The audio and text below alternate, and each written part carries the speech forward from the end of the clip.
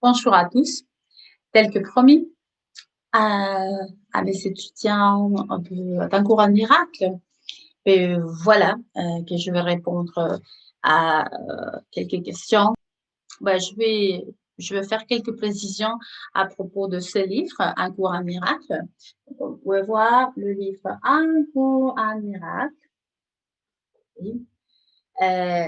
On pourrait le confondre bien avec un livre religieux. Mais il faut que vous sachiez qu'il n'y a rien à voir avec ça. Peut-être la seule chose qui peut relier ce livre à un texte religieux, ben, c'est le vocabulaire, justement, le lexique que ce livre utilise. Pour pouvoir transmettre ces connaissances venues de l'extérieur de la Terre, et oui, c'est ça que vous entendez, vous avez bien entendu, de l'extérieur de la Terre, c'est un livre qui apporte des connaissances précieuses à propos d'un cheminement personnel. Les cours d'aujourd'hui, s'adresse basiquement à des personnes qui suivent les cours en miracle, qui sont en train d'étudier et de se baser sur ce livre pour continuer de développer son esprit. D'accord? C'est pour réaliser leur cheminement personnel. Il y a des gens qui sont ouverts à suivre les enseignements d'un cours en miracle sans les préjugés d'un non-initié. Donc, des personnes qui sont déjà initiées aux enseignements et mystiques, oui, occultes, disons.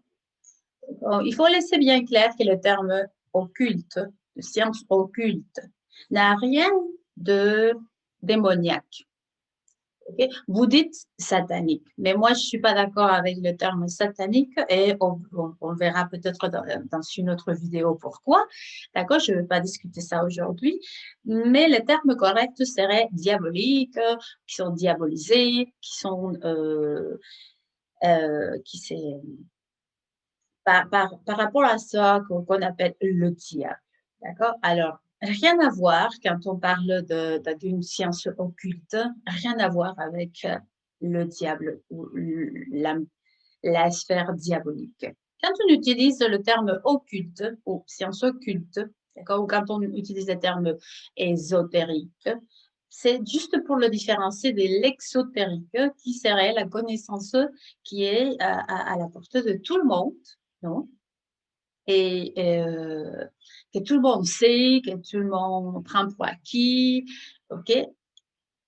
Tandis que l'occulte, ce qui est mystérieux, ce qui est initiatique, mais avant, surtout avant, dans les temps anciens, était juste disponible à de certains groupes de personnes, des groupes, des groupes sélects de personnes, des groupes fermés, d'accord? Parce que parfois, on ne peut pas tout partager avec tout le monde.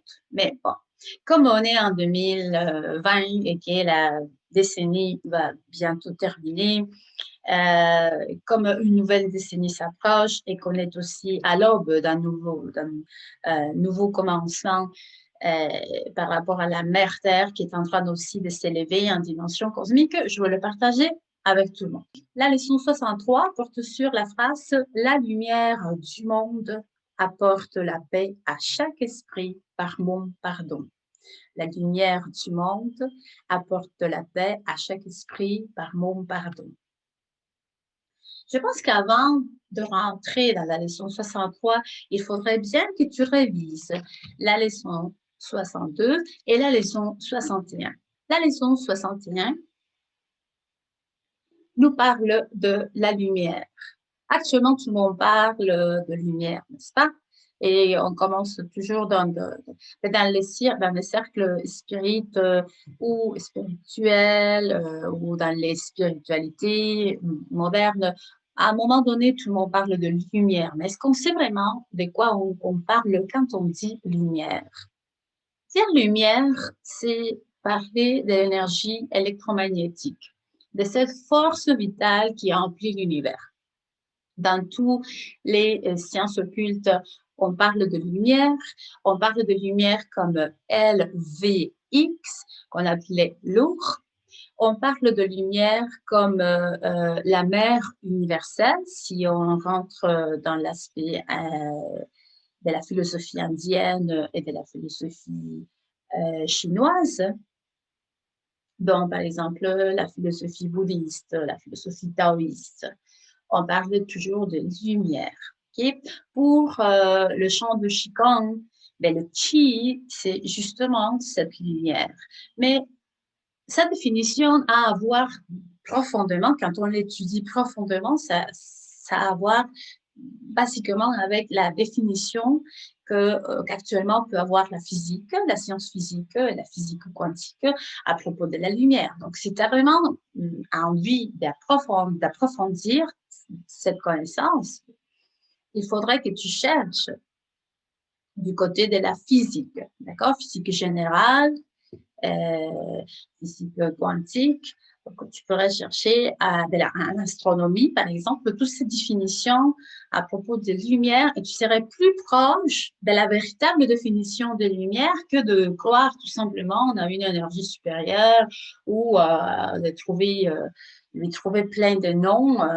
Par exemple, je sais pas, il y a le chi, il y a l'énergie kundalini, mais il y a le prana. Oui, on peut l'appeler comme ça. Il y a les ki, par exemple, du reiki pour le japonais. Mais on peut, peu importe combien de noms, mais l'important, c'est de savoir de quoi on parle, de quelle lumière on est en train de parler. Et c'est juste la lumière. Cette lumière, ce spectre de lumière emplit l'univers et notre corps aussi. C'est-à-dire que dans le fond, tout est lumière. La lumière, c'est une énorme, d'un côté purement physique, elle est une énorme vase d'énergie, source d'énergie. De l'autre, la lumière est une énorme conscience. Oui, l'intelligence que j'ose nommer une intelligence extraterrestre. Elle voyage à la vitesse de la lumière, okay? Et elle parcourt l'univers. Il existe l'univers observable, mais beaucoup plus de matière interstellaire et stellaire qu'on n'est pas capable d'observer. Même pas avec l'œil d'un télescope le plus puissant. C'est-à-dire, comme l'esprit de la lumière même le dit, dans un corps tout pleurait, le chant de la mère universelle pour l'humanité du nouveau temps. Au chapitre 10, lumière, le feu sacré, elle nous dit, je vous ai déjà dit que je suis lumière et tout ce que vous voyez autour de vous, c'est moi, lumière.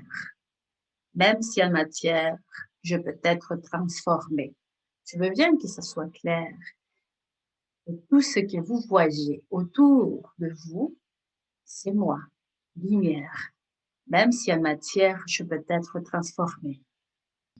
Car, en se moquant de la peur, conscient de ton sommeil, derrière tes rêves, la matière tu trouveras. Une seule question demeure encore sans réponse dans l'éternité. Elle n'a jamais été répondue et peut-être elle ne le sera jamais. Où se trouve-t-elle l'origine de la conscience? Bon, alors, si nous comprenons, je sais que c'est pas si évident, d'accord, de comprendre tout ça d'un coup comme ça. Mais si on essaye de comprendre et après on étudie, on révise dans la littérature scientifique ce que la lumière, ok? Donc, on est en train de parler de cette énergie qui implique tout notre univers. Évidemment, nous sommes aussi de la lumière. On peut voir juste notre matière physique, mais notre matière est aussi de la matière stellaire, la matière dans les étoiles ont été créées. Alors, je voudrais vraiment qu'on sorte de la matrice traditionnelle, de cette compréhension religieuse, de cette peur qui nous donne le fait que quelqu'un ait un livre et qu'on va prêcher de porte en porte. Non, on ne va pas faire ça, d'accord? Je ne veux pas faire ça. C'est que on est en train d'étudier un thème plutôt scientifique que religieux, mais de comprendre que la lumière a aussi une conscience intelligente. C'est plus facile pour le monde actuel de savoir que son téléphone portable ou que la machine que j'utilise pour enregistrer cette vidéo est intelligente. Ça, c'est facile. Si on dit des machines intelligentes, des téléphones portables intelligents, on comprend mieux. Mais si on dit que la lumière est intelligente, c'est un peu plus difficile, non? Mais moi, je vous dis, les chamans communiquant avec les chamans, pour utiliser les termes que tout le monde peut comprendre actuellement, il y a des gens qui disent sorciers, etc. Mais les termes précis seraient Mudang ou Kankakaria, oui. Des êtres comme moi qui pouvons écouter ou plutôt traduire, oui, un langage humain, le langage des esprits. Bon. Je ne veux pas non plus prendre beaucoup de temps pour expliquer ça, mais sachez que la lumière est plutôt une entité intelligente qu'une simple, que la simple électricité que tu as chez toi quand tu allumes, d'accord, ton ampoule. D'accord? Bon. Alors, à la leçon, si on a bien compris ça, j'espère qu'on me suit. À la leçon 61, quand on dit « Je suis la lumière du monde », c'est une journée pour travailler cette leçon. Quand tu travailles d'habitude les autres leçons, c'est une espèce d'auto-hypnose, d'accord, pour sortir pour tout ce qui est vieux, obsolète de ta tête, de ton système égocentrique et pouvoir éduquer. On peut dire comme ça, éduquer l'ego, pas annuler l'ego, non. Éduquer l'ego, le déprogrammer et le reprogrammer. Donc, dans cette leçon, la chose la plus importante que la lumière veut que tu comprennes, c'est que tu es la lumière. Tu es une étincelle de cette source inépuisable d'énergie, mais vraiment une quantité d'énergie qui est difficile à, à pouvoir comprendre, à saisir les concepts exacts, c'est hyper compliqué.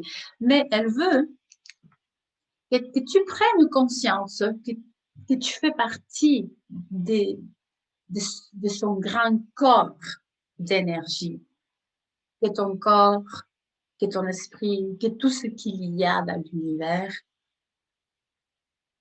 s'appelle lumière. Lumière transformée, lumière qui prend de formes, de couleurs, de températures, de longueurs d'onde, mais finalement lumière. Je vais me permettre de lire quelques paragraphes de la leçon 61. Qui est la lumière du monde, sinon le Fils de Dieu? Attention, le livre utilise beaucoup les mots Dieu, mais c'est à la place de lumière. Si aujourd'hui, c'est difficile encore pour nous de parler de ces thèmes, de ces sujets, imaginez-vous, il y a 30 ans, c'était impensable. Alors, c'est pourquoi le message a été livré, mais en termes judéo-chrétiens. C'est-à-dire, on utilise les mots Dieu, on utilise les mots Christ, mais jamais Jésus-Christ. Il n'y a jamais Jésus, le nom je suis Christ contenu dans les livres. Le Christ dont on parle avec majuscule fait référence à une dimension christique, à une dimension, à la 5e dimension. La 5e dimension, après, dans une autre vidéo, peut-être que j'expliquerai à propos des dimensions, mais si on parle déjà que la 3e, c'est juste notre idée que nous sommes un corps, Imaginez-vous, la quatrième, c'est quand on fait, comme, on veut croiser l'abîme de l'invisible. On croit que l'invisible existe. On va au-delà de ce que nous voyons, de nos yeux, okay, à l'œil nu, et on croit qu'il y a quelque chose d'autre, d'autres dimensions qui peuvent exister. Juste cette idée de pouvoir passer d'une dimension à une autre, c'est déjà rentrer un peu dans la quatrième dimension. La quatrième dimension a plusieurs sous-niveaux et, et dans l'univers, c'est toujours comme ça. Notre capacité d'abstraction doit s'amplifier, d'accord, au fur et à mesure qu'on avance dans les connaissances dites occultes. Voilà pour la quatrième. La cinquième, c'est un champ de la conscience qui est en train de s'ouvrir au niveau planétaire. La Terre aussi, en tant qu'esprit, en tant qu'entité intelligente aussi et sensible de la même façon que la lumière, évidemment parce que la Terre est aussi une partie de la lumière, est en train d'augmenter, de réaliser son ascension vers la cinquième dimension. Okay? Et après, il y a d'autres dimensions qui s'ouvrent, sixième, septième, huitième. Imaginez, c'est déjà trop pensé à la cinquième. Dans ton livre, tu vas trouver le terme Christ qui a été cruellement utilisé par le christianisme et la religion catholique et d'autres religions, beaucoup d'autres religions dans le monde. Ça veut dire toujours qu'on parle d'une cinquième dimension, que au-delà de ton corps, la quatrième pense déjà à ton esprit comme occupant de la tour, de la maison, de ton véhicule. Et la cinquième est en train de penser déjà à la possibilité que tu sois matière cosmique ou essence cosmique, fluide, éthérique, faite de lumière. La lumière qui va aussi générer des couleurs, ce qu'on appelle le chakra, non? Mais ce qui sont en réalité, juste des réservoirs d'énergie placés tout le long de la colonne vertébrale et qui vont s'allumer, qui vont produire des fréquences d'ondes différentes dépendamment des émotions que tu expérimentes. Des émotions, des sentiments, de l'attitude que tu prends face à la vie, les aliments que tu consommes, c'est à quoi tu penses, tout va finalement produire des cristaux. Et on parle au niveau moléculaire, ok? Des cristaux de matière, des cristaux qui vont générer évidemment des conséquences. Bon, ça c'est pour la leçon 61. Vraiment, l'intention de la leçon, c'est que tu comprennes tout ça, d'accord? Que tu comprennes que tu es fils de la lumière. Quand tu dis fils de Dieu, comprends-le plutôt comme fils de la lumière. Je te passe cette suggestion parce que moi j'étais élevée dans une culture oui, purement religieuse du côté de ma grand-mère, tout simplement. Mais c'était finalement elle qui m'a élevée. Donc, elle était vraiment, on pourrait dire même fanatique religieuse. Et moi, j'ai détesté ça, la religion. Alors, quand j'ai écouté le message de, d'enseigner, de pouvoir propager les connaissances d'un courant miracle, j'étais totalement en désaccord. Quand j'ai commencé à voir Dieu, crise, lumière, dans ce sens, oui, un peu obscur, et je voulais pas, je sentais un rejet immédiat envers tous ces thèmes. Mais il faut faire preuve d'humilité, de patience. Et si on veut vraiment abandonner le champ de l'ignorance, on s'ouvre ben, humblement. On ouvre son cœur à de nouvelles possibilités. On travaille vraiment son esprit de façon à se débarrasser de tous les préjugés. Et alors, à ce moment-là, la connaissance, c'est pas la même chose que la sagesse, mais la connaissance peut être transmise. On ressent, on est plus réceptif à, à, à la vérité. Et on peut sentir chez soi que c'est vrai, qu'il y a quelque chose qui résonne à l'intérieur, que tu peux pas te tromper parce que tu le sens, parce que tu sais, non seulement instinctivement, intuitivement, mais instinctivement, tu le sais.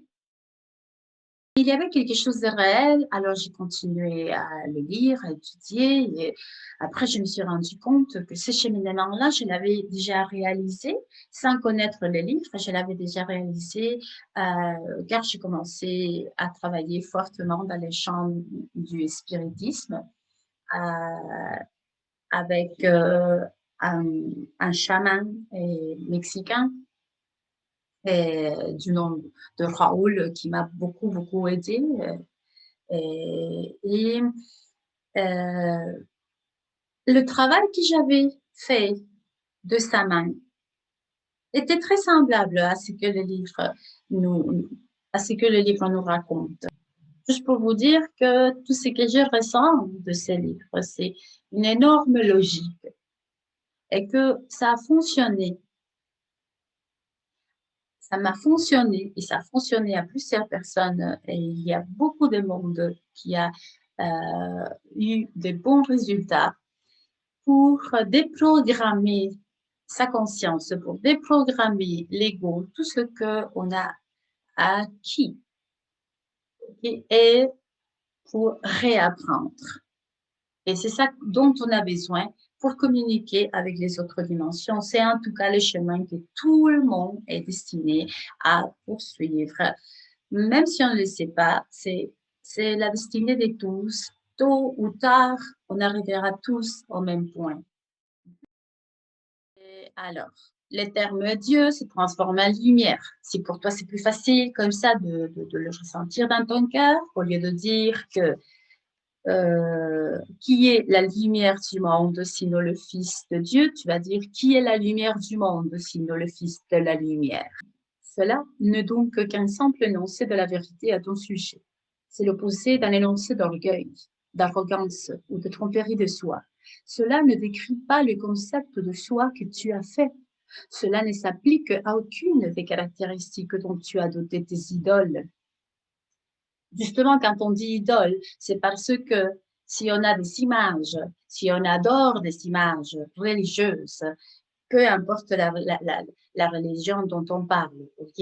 Mais le fait d'avoir des idoles, le fait d'adorer des images, c'est un aspect différent de penser, de réfléchir.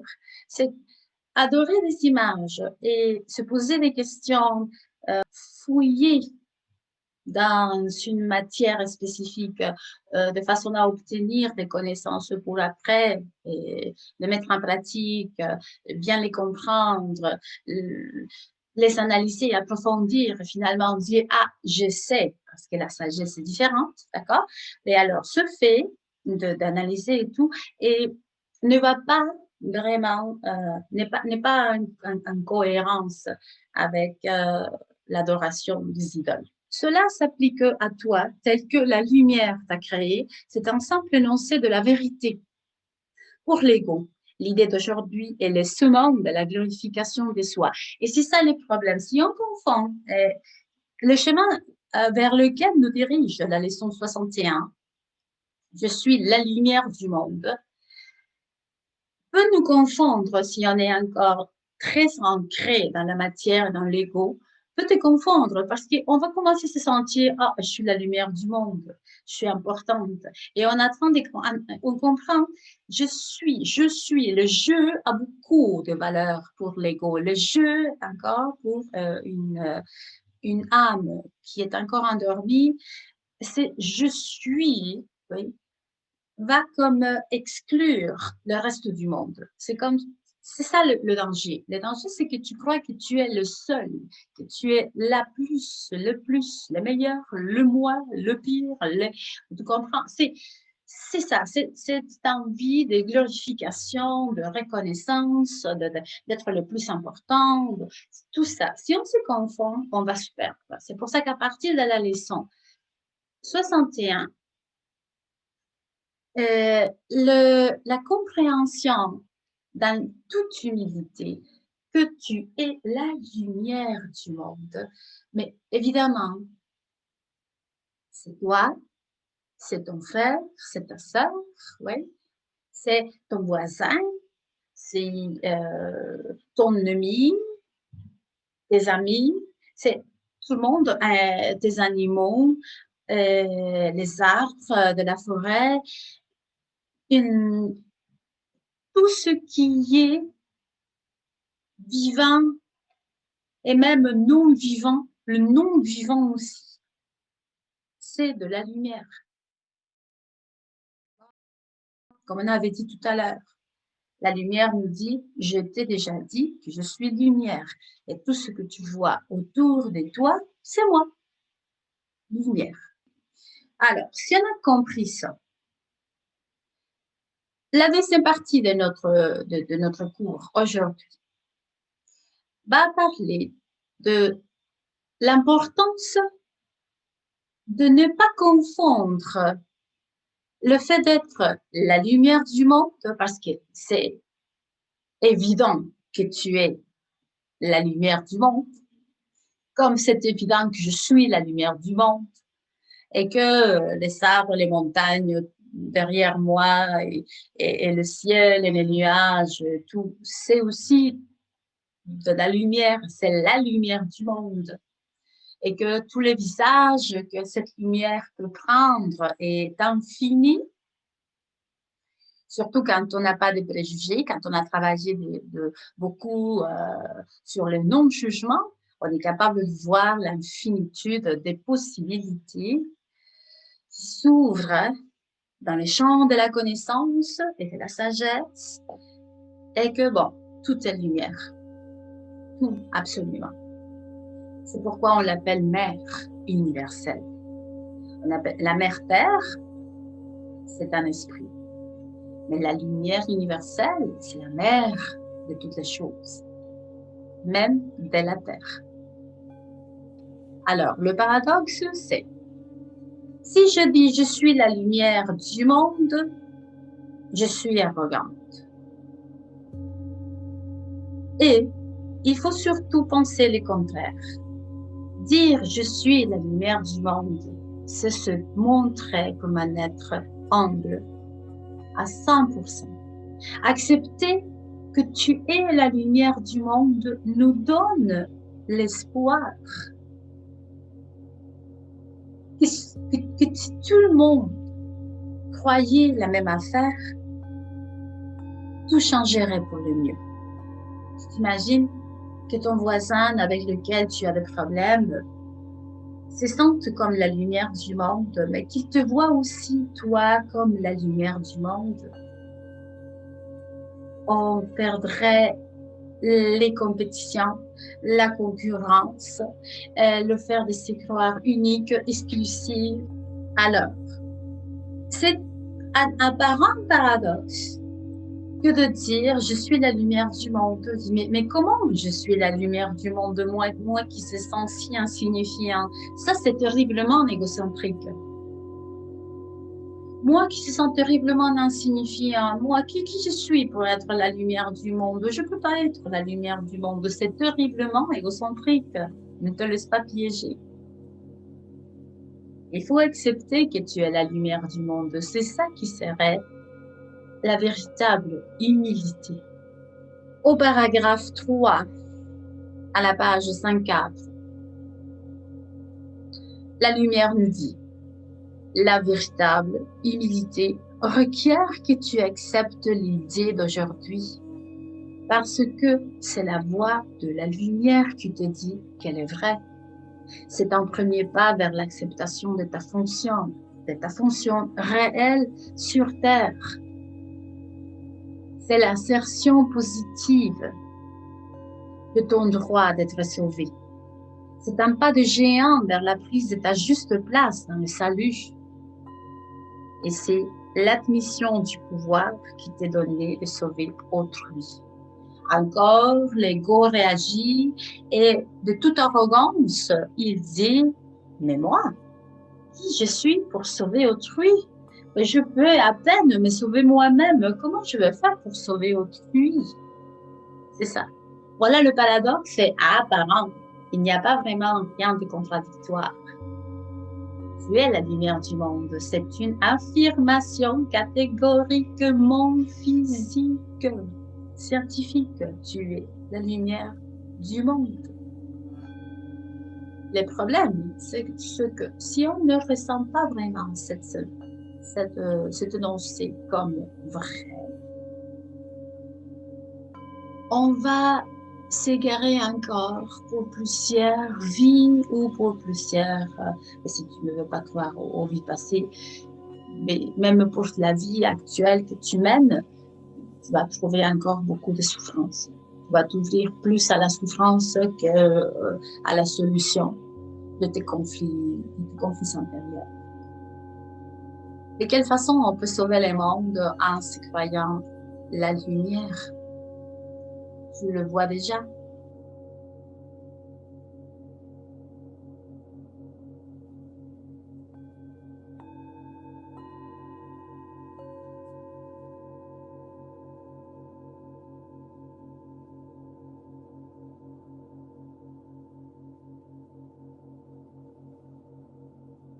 La vie dans 5 corps, non? Dans la 3e dimension, c'est vrai, elle est parfois très pénible. Le corps est toujours au merci de la douleur. La souffrance fait partie de presque tout l'essence de notre vie humaine.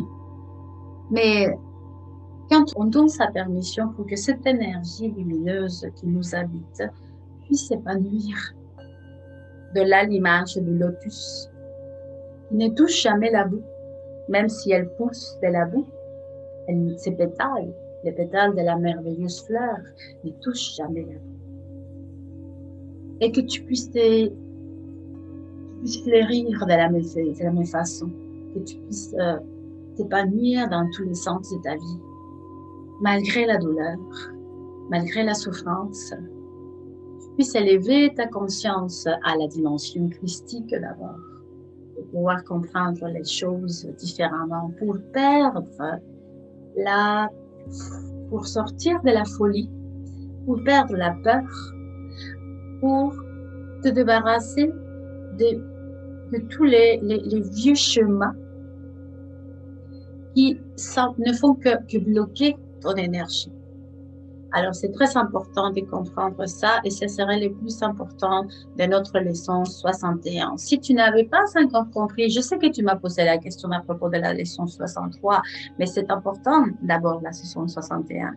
Or, si tu n'avais pas encore compris tout ça, si tu n'es pas capable encore de ressentir en toi et cette force lumineuse de l'énergie Kundalini, de l'énergie Vichi, oui, ou de l'énergie lumineuse, comme tu veux l'appeler, d'accord, de l'espectre de lumière, ok, comme tu veux l'appeler,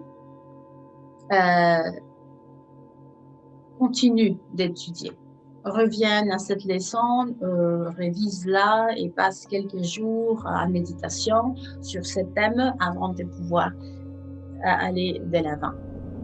Une phrase importante qu'il fait dans la récapitulation de cette leçon, c'est encore « Je suis la lumière du monde, cela est ma seule fonction, c'est pourquoi je suis ici. » Et ça, c'est un thème aussi intéressant parce que dernièrement, plusieurs personnes sont venues à moi pour me demander quelle est ma fonction dans le monde, quelle est ma mission de vie.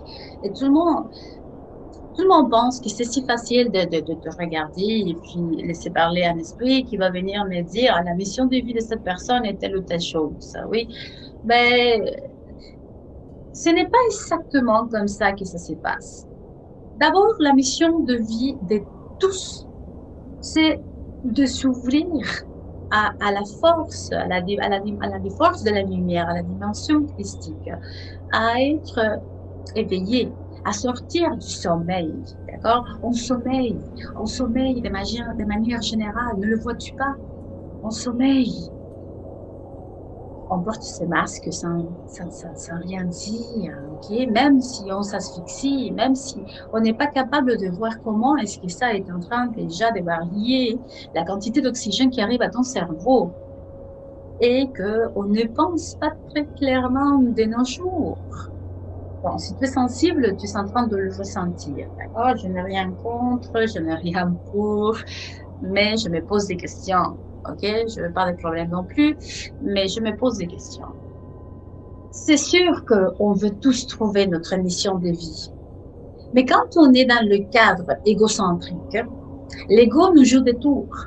Parce qu'il nous fait croire que ma mission de vie est très différente de la tienne et que ma mission est beaucoup plus importante que la tienne. En fait, que je suis la lumière du monde, donc ça veut dire que le monde ne pourra pas vivre sans moi, que le monde dépend d'une certaine manière de ce que je peux lui offrir et que je suis un élément importantissime dans la dynamique cosmique, tout ça. Mais d'une certaine façon, est vrai, non? Si tu es la lumière du monde, et moi aussi, et ton voisin, et tes amis, et ton chien, et ton chat, et les arbres, et même une chenille, et, ok, une grenouille, un cafard, un champignon, tout le monde est la lumière du monde. Pour que la grande dynamique cosmique fonctionne, tout doit être en équilibre, tout doit être harmonisé, non? C'est vrai, mais d'où ce besoin de se sentir supérieur aux autres? Ça vient d'un schéma égocentrique, d'un schéma patriarcal ancien qu'on devrait déjà faire tomber. Alors, je suis la lumière du monde, c'est ma seule fonction. Elle te dit déjà, est-ce que tu veux savoir ta mission? Ok, ta mission, c'est d'être la lumière du monde. C'est vrai, tu es la lumière du monde, c'est ta fonction. Ta grande mission est là. C'est pourquoi tu es venu ici. C'est pourquoi tu es sur Terre. C'est facile, non? C'est rien de compliqué. On veut toujours que ça soit difficile, que ça soit cher, que ça soit hyper compliqué à suivre. Oui. Et quand la formule est facile, respire, respire, respire, respire. Centre-toi, recentre-toi. Dans le calme, dans le silence. Entends le voix de l'univers. Ne vois-tu pas que ta seule fonction, c'est d'être heureux et de rendre heureux le monde qui t'entoure, de respecter les autres, évidemment, de te respecter toi-même. Ne vois-tu pas que tu es la lumière du monde? Et de ton corps et de ta personne émane une lumière qui peut avoir des tonalités, évidemment, parce que tu es un énorme cristal. Nous savons, dans nos cellules, dans la matière qui nous compose, des atomes d'or, des atomes de fer, des atomes d'azote, de carbone, d'oxygène, d'hydrogène. Nous avons même de métaux lourds actuellement. Il faut se nettoyer, justement, c'est pourquoi il faut faire attention à ce qu'on mange, à ce qu'on boit. Oui, mais nous savons dans la matière qui nous compose, les métaux, les bons et les mauvais, Nous savons, c'est ça, tous les éléments de la table périodique, ben, plusieurs de ces éléments se trouvent, notamment le carbone, se trouvent en nous, à notre composition. Et nous sommes composés aussi de 75% d'eau. Alors, ça veut dire que ben, nous sommes un cristal. Et comme un cristal, on peut refracter la lumière et on peut se décomposer en plusieurs couleurs, dépendamment de quoi? Des pensées. Des pensées qui sont d'ailleurs aussi des cristaux. Je pense à une chose, ça se matérialise en substance chimique qui va produire certains effets autour de toi. Alors attention, ne cherche pas beaucoup. Quelle est ma mission? Quelle est ma mission? Ben, ta mission, c'est d'être la lumière. Tu es la lumière. Tu as, ben, c'est de plus en plus commun, non? De dire aux gens, tu as des capacités psychiques à développer. Tu as des pouvoirs de guérison dans tes mains. Eh oui. Et toi, là, tu l'as. Et toi aussi. Et toi aussi. Toi, tu l'as aussi. Toi, tu l'as. Tout le monde l'a. Ah, mais alors, ça veut dire que tout le monde a la même mission. L'ego qui parle, non? Tu voudrais que je te dise que la tienne est spéciale, que la tienne est la meilleure au monde. Non. Tout le monde a la même mission. C'est comme ça. Et ça, c'est la vérité. Même si pour l'ego, c'est difficile à croire. D'accord? Même si dans des cartes de lecture d'âme qui vont te coûter très cher, on dit des différentes missions à chacun et on trouve une chose en particulier, précisément particulier pour chaque personne, parce que sinon elle va pas croire ce que je dis. Ce n'est pas comme ça. Tout le monde a la même mission. Ta mission, c'est d'être la lumière que tu es, de devenir la lumière que tu es, de partager cette lumière, de savoir de quoi on parle vraiment quand on parle de lumière, de respecter, de te sentir, de jouer le vrai rôle. En tant que lumière du monde, jouer ton vrai rôle, en accord avec ta véritable nature. La nature humaine, mais aussi ta véritable nature à toi en tant qu'esprit. Ça veut dire que, imaginons que tu croises un préposé à la banque. Mais sa mission aussi, comme la tienne, c'est d'être la lumière du monde. Si elle ne l'a pas encore compris, ben, il a son temps, son propre processus, d'accord? Alors, regarde-le en tant que lumière du monde. Respecte-le de la même façon que tu voudrais qu'on te respecte. Il est si important que toi. Il peut être un peu plus endormi, non, et il peut être conscient de tout ça.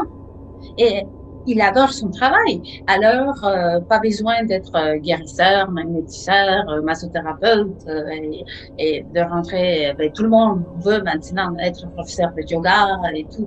Pas besoin de faire ça pour partager ta lumière. Pas besoin d'ouvrir un cabinet de soins énergétiques pour te sentir en mission.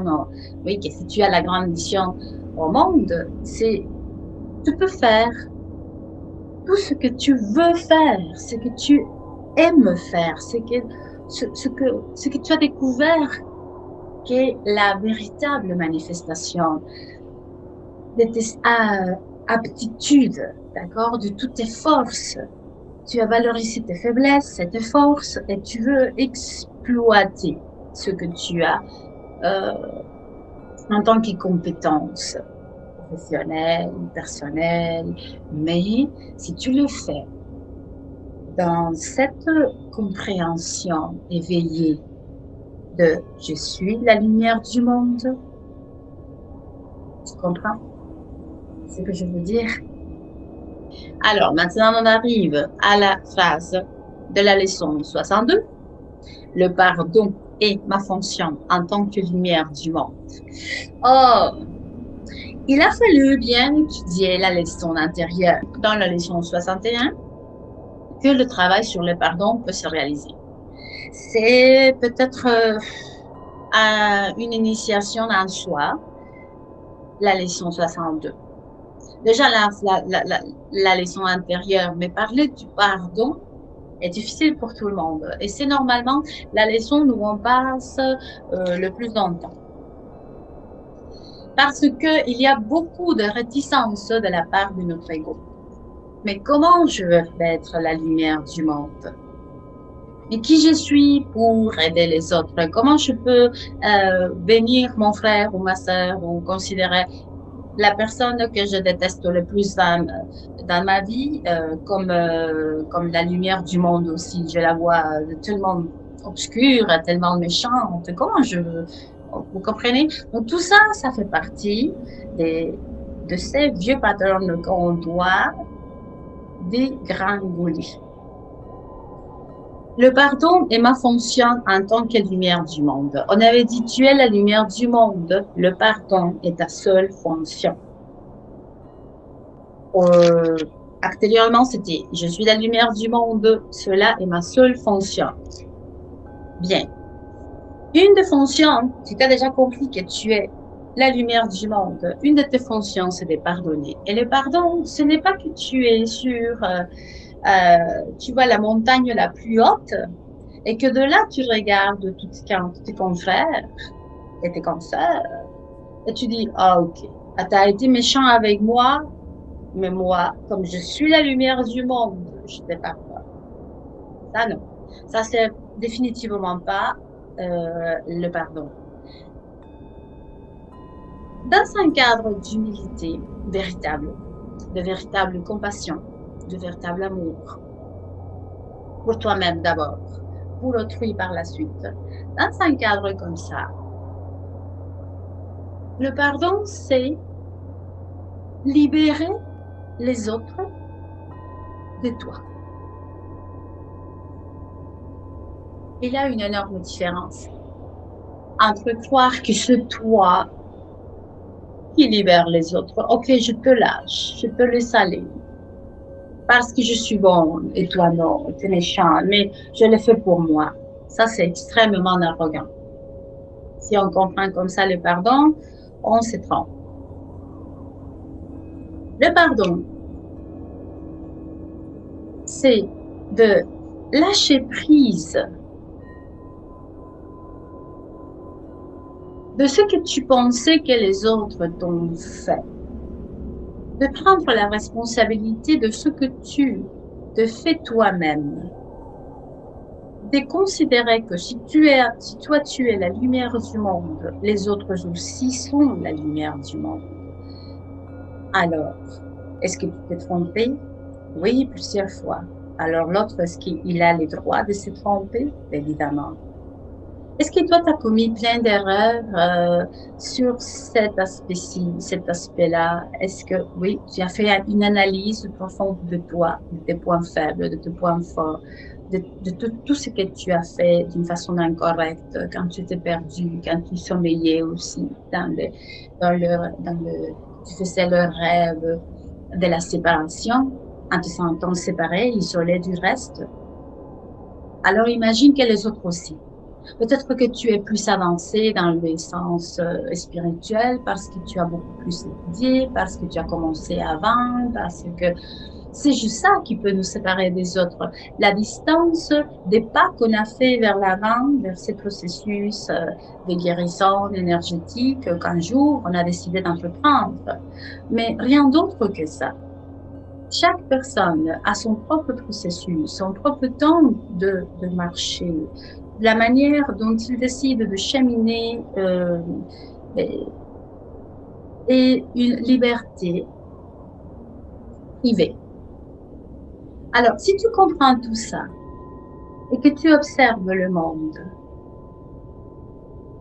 avec les mêmes yeux miséricordieux, compassif, compersif, compersion, être heureux en regardant les autres heureux, en se sentir content, vivre.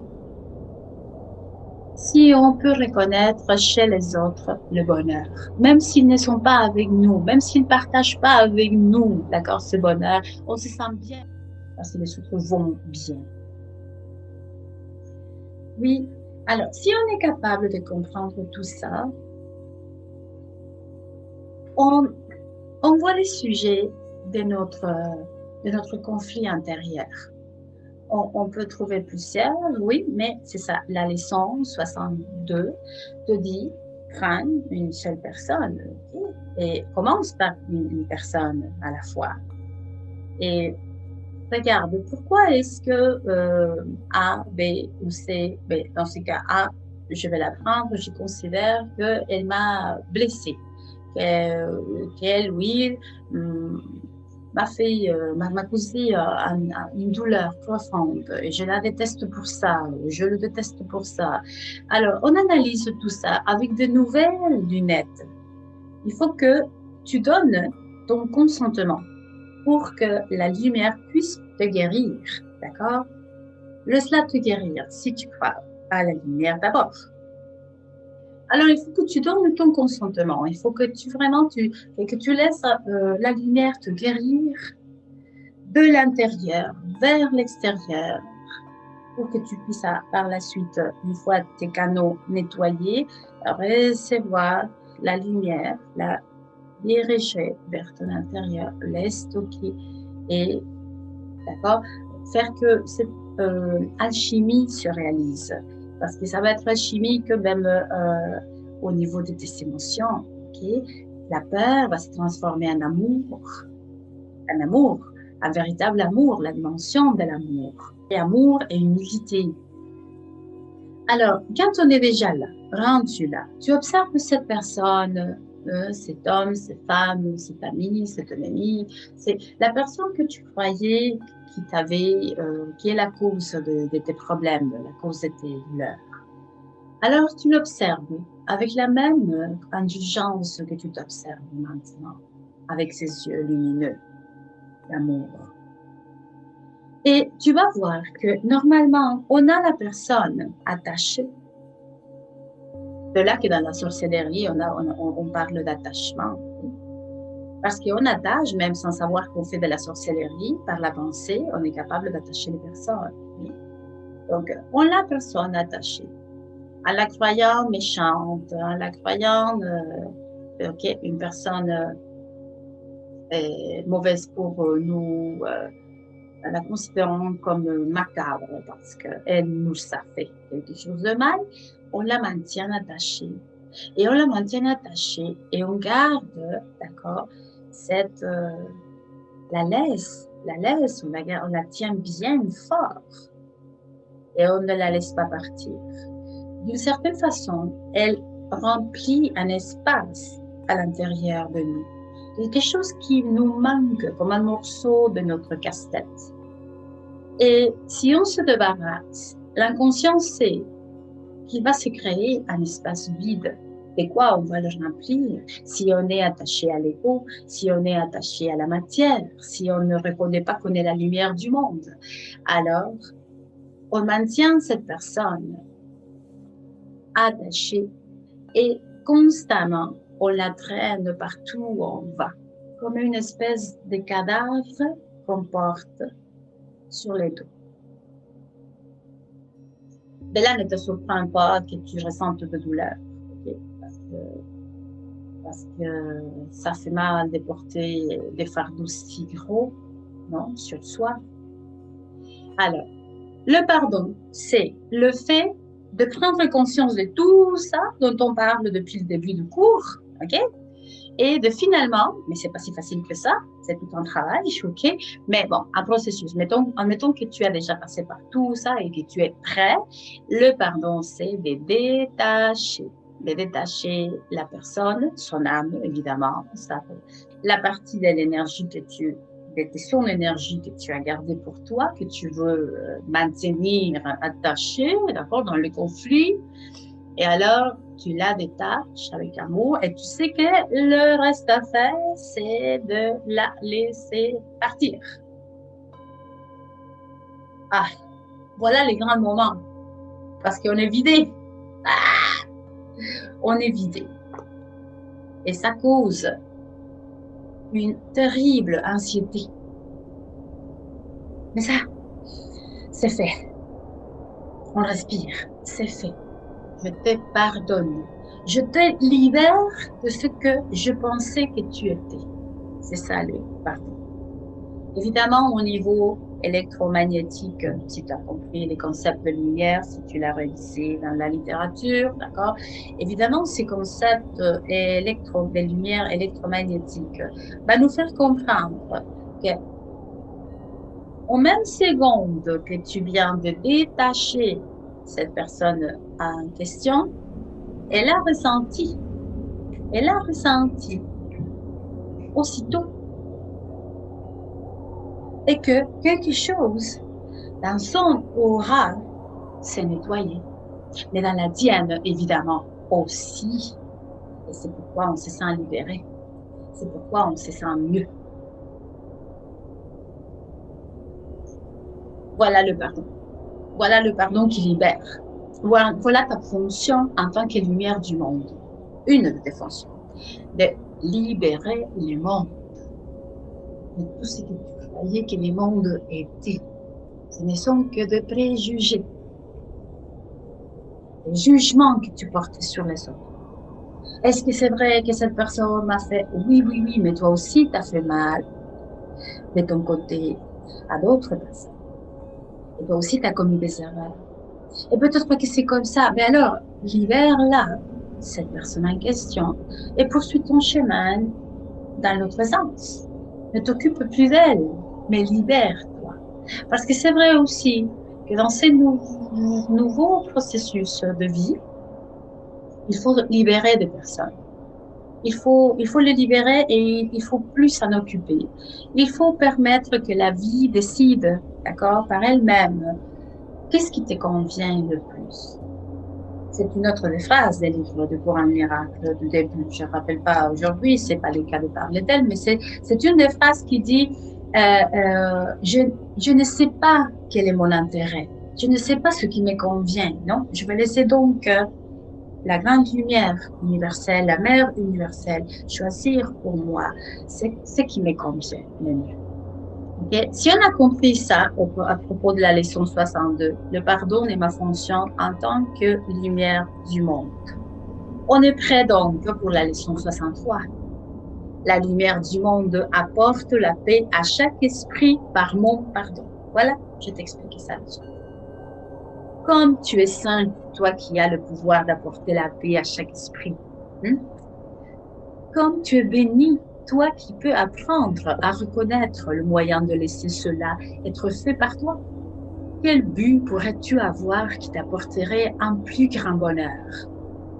Tu es certes la lumière du monde. Avec une telle fonction, le Fils de la lumière se tourne vers toi pour sa rédemption. Tu es certes la lumière du monde. Avec une telle fonction, tu peux la lui donner, car c'est à toi qu'elle appartient. N'accepte pas des buts banals ni d'insignifiants désirs à sa place, ou tu oublieras ta fonction, ne le seras le Fils de la lumière en enfer. Oh, là, ça fait peur. Hein? Si tu es encore dans les cadres anciens, dans les cadres passés, là, ça fait peur. Parce qu'on trouve encore la menace de l'enfer.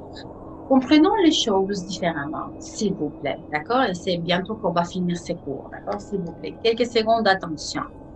Comprenons vraiment, soigneusement, s'il vous plaît, que quand on dit enfer, on ne parle pas de ce que la religion t'a raconté, d'accord? Mais de l'enfer provoqué par les émotions sans contrôle. Quand tu es hors contrôle, tes émotions créent sans queue ni tête. Tu peux provoquer par la force de tes pensées des tas de choses avec des conséquences terribles, d'accord? N'accepte pas de buts banals ni d'insignifiants désirs à sa place, où tu oublieras ta fonction et le seras le Fils de la lumière en enfer. Être en enfer, c'est de te sentir attrapé dans la jalousie. Ça te dit quelque chose? Attrapé dans la convoitise, à amasser des choses, oui, acheter, manger, et puis vomir parce que tu as. besoin de te remplir. Euh, oui, au lieu d'être seul et je vais centrer l'enfer des émotions. Est-ce que tu les connais? J'imagine que oui, moi je les connais en tout cas. Je n'ai pas de problème de dire oui, j'ai connu l'enfer. Et je reconnais parfois si je suis en train de rentrer de nouveau, de plonger dans ces eaux obscures, d'accord? Et c'est de reconnaître ces émotions,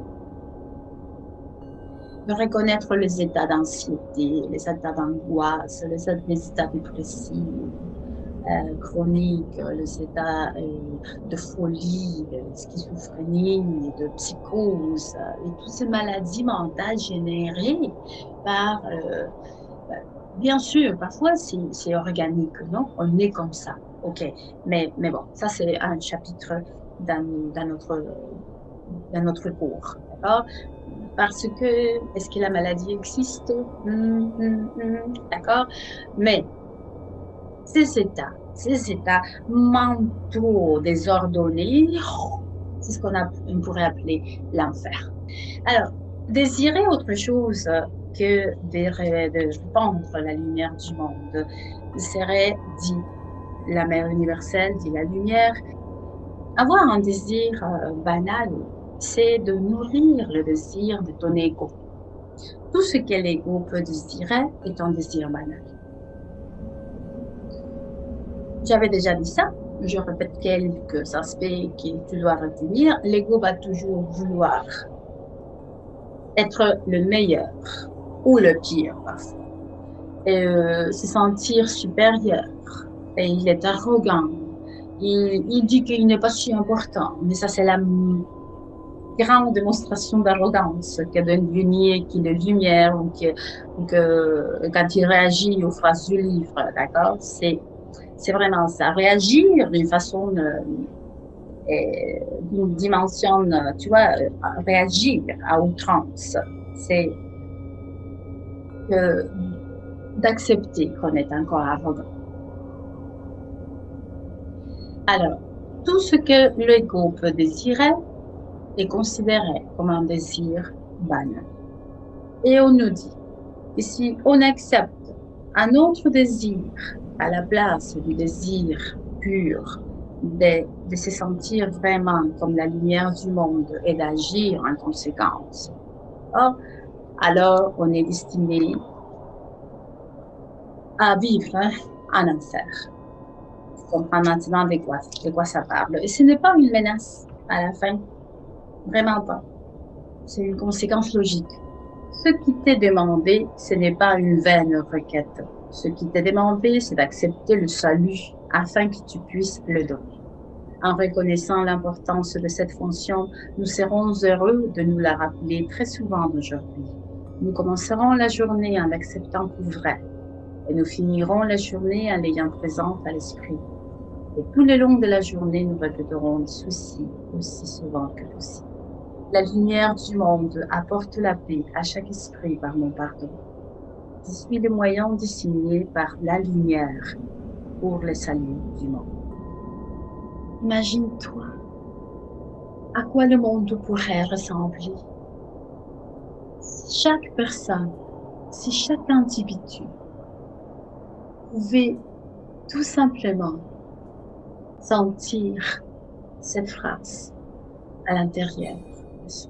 Imagine-toi, que deviendrait-il le monde si chaque individu pourrait se dire « Je suis la lumière du monde et ma fonction, c'est de provoquer l'amour, c'est de provoquer le bonheur. » Si chaque individu ressentait à l'intérieur le véritable sentiment de dévotion pour la lumière,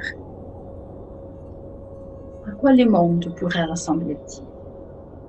La lumière du monde apporte la paix à chaque esprit par mon pardon. Je suis le moyen désigné par la lumière pour le salut du monde. Je te souhaite de ressentir très fort en toi cette phrase. C'est la leçon 63 d'un cours à miracle et de prier dans toute ta capacité de prier en tant qu'universement. Namaste.